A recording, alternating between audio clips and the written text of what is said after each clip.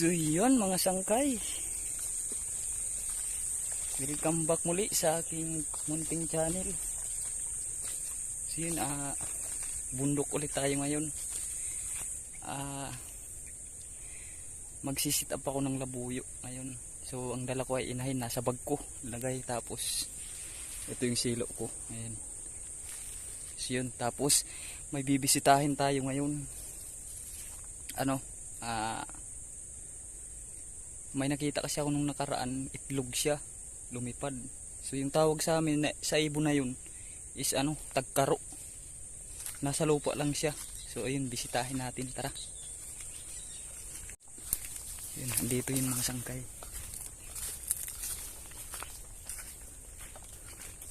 Yun. Ewan kung anong tawag sa inyo yung ibon na yun, yung nag-iitlog sa lupa. Sa amin kasi yung tawag ng istagkaro. Yun. Sobrang init. Tag-init na talaga ngayon.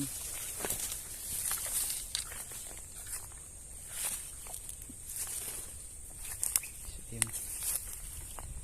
Yun siya mga sangkay. Yun siya mga sangkay.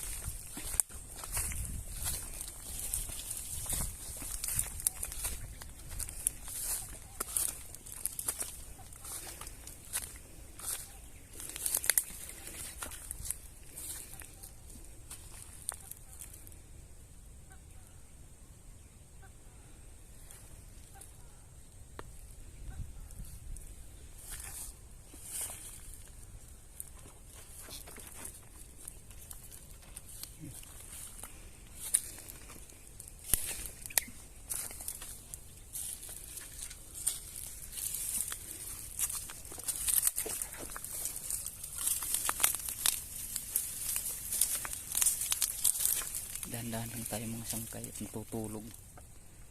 Ayan siya.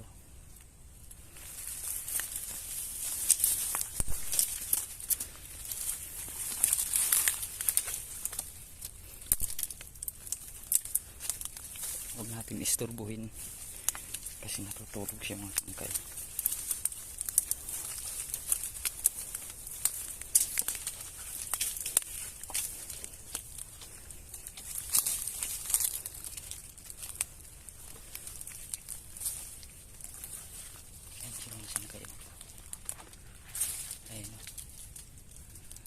Tawag sa inyo yung ibon na yan mga sangkay. Tingnan mo. Ayun, lumipad. Ayun yung itlog niya. Ayun yung itlog niya, dalawa. Mga sangkay, kayo na bahala magbansag sa ibon na yun. Nakita nyo naman kung lumipad. Ayun yung itlog niya. Ito siya. Ayan. Dalawa. Ito. Oh. Ayan. So yun, ang ganda. So kayo na bahala mag pangalan kung ano sa inyo yan, yung ibon na yung ganun. Alam ko sa madaling araw humuhuni yan sila, o di kaya sa hapon gumagano yung huni yan. Tagkaro. Tagkaro.